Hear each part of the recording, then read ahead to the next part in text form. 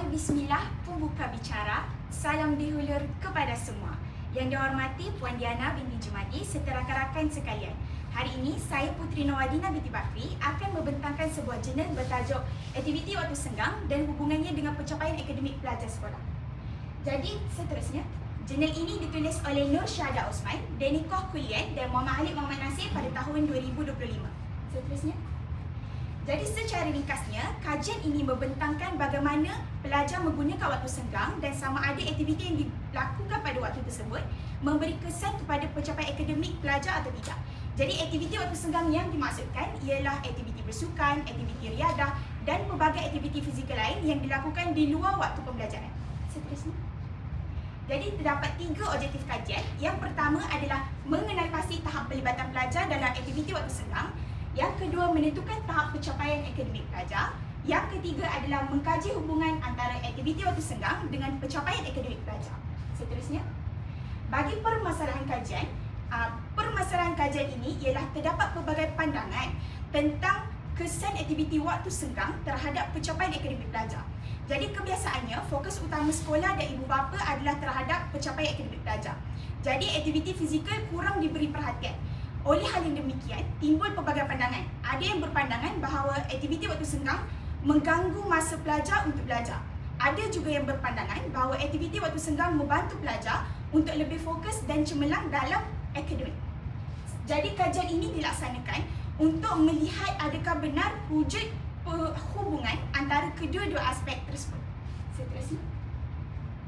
Bagi metodologi kajian ini berbentuk kuantitatif iaitu melibatkan 136 orang pelajar daripada Sekolah Menengah Kebangsaan Seri Pagi Seremban yang mana data diperoleh melalui Physical Activity Questionnaire for Children (PAQC).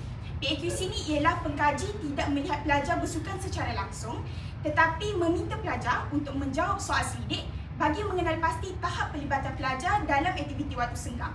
Jadi responden terdiri daripada 73 pelajar lelaki, 63 pelajar perempuan berumur 13 hingga 14 tahun. Itu bagi data aktiviti fizikal. Bagi mengukur data pencapaian akademik ialah melalui keputusan bahasa Melayu, bahasa Inggeris dan matematik. Seterusnya.